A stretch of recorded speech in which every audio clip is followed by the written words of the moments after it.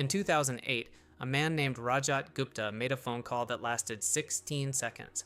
16 seconds. That destroyed everything he had spent 40 years building. At the time of that call, Gupta was worth $100 million. He had risen from the slums of Kolkata to become CEO of McKinsey, the most prestigious consulting firm in the world. He sat on the board of Goldman Sachs. He worked with Bill Gates on philanthropy.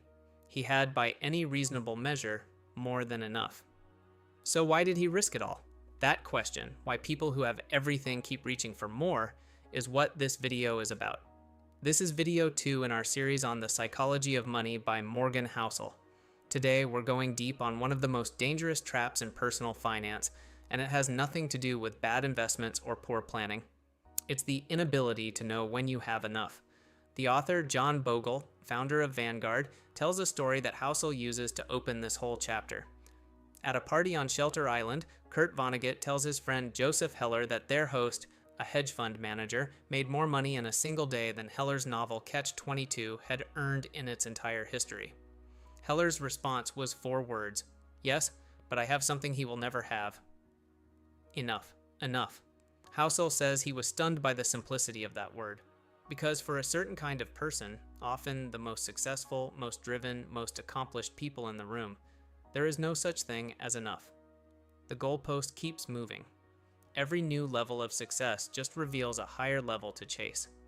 And that, Housel argues, is one of the most destructive forces in personal finance. Not market crashes, not bad luck, the inability to stop.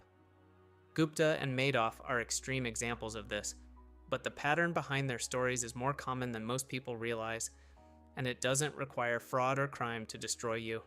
Back to Rajat Gupta, $100 million in the bank, board of Goldman Sachs, friend of Bill Gates, and yet, the people he was surrounded by were billionaires, private equity tycoons, the Goldman Circle, and compared to them, $100 million felt like small change.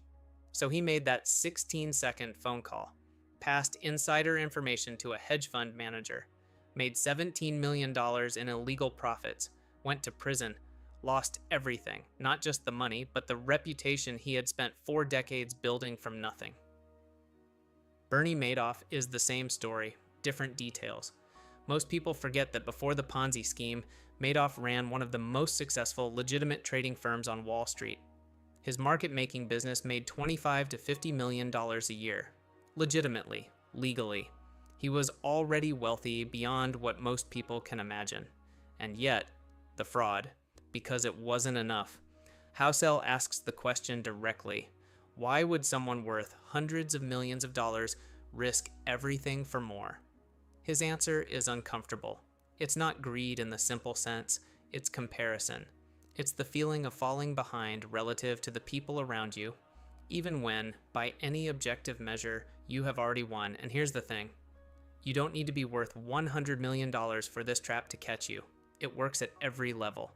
Because the mechanism isn't the amount of money, it's the gap between what you have and what the people around you have.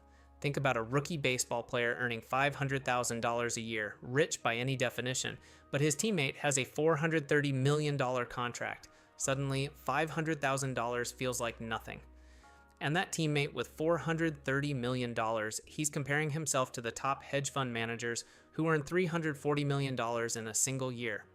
And those managers look up at Buffett.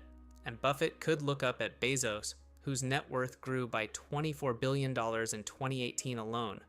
More per hour than that rookie player earned in a full year. The ceiling of social comparison has no ceiling. It goes up forever. Which means if you play that game, if you measure your success by comparing it to the person above you, you will never, ever win.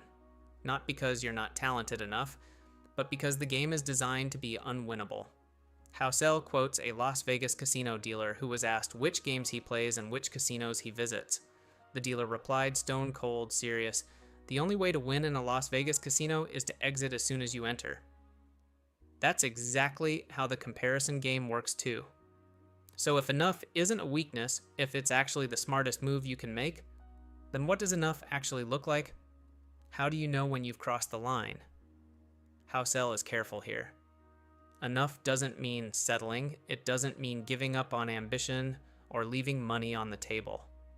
It means something more precise. Knowing the difference between what you need and what you're risking what you need for. Warren Buffett said it better than anyone, describing the hedge fund long-term capital management, a fund staffed by some of the smartest traders in the world, each personally worth tens of millions of dollars. In 1998, at the peak of the greatest bull market in history, they lost everything. Why? Buffett's words, to make money they didn't have and didn't need, they risked what they did have and did need, and that's foolish. It is just plain foolish. There is no reason to risk what you have and need for what you don't have and don't need, and yet people do it constantly. Not because they're stupid, most of them are brilliant, but because the feeling of almost there never goes away. One more year, one more deal, one more bet, and then the thing that was supposed to be temporary becomes permanent, and the crash comes anyway. Housel ends this chapter with something that sounds simple, but is actually one of the hardest things in personal finance. A list of things that are worth protecting above all else, things that no amount of money is worth risking. Reputation is invaluable. Freedom and independence are invaluable. Family and friends are invaluable. Being loved by those you want to love you is invaluable. Happiness is invaluable. These are not things you can buy back once they're gone, and the only way to protect them, Ibao, is to know when to stop reaching.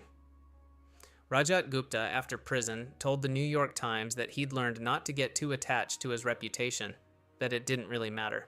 Housel calls this the worst possible takeaway, because of course it mattered. It was everything. He just couldn't see it while he still had it. That's the trap of never enough. You don't realize what you're gambling with until it's already gone. Know what you have, know what it's worth, and know when the game is already won. Next week, why time is the only financial asset that cannot be bought back, and what Warren Buffett's childhood teaches us about the one decision that matters more than any investment strategy. Subscribe so you don't miss it. See you then. Don't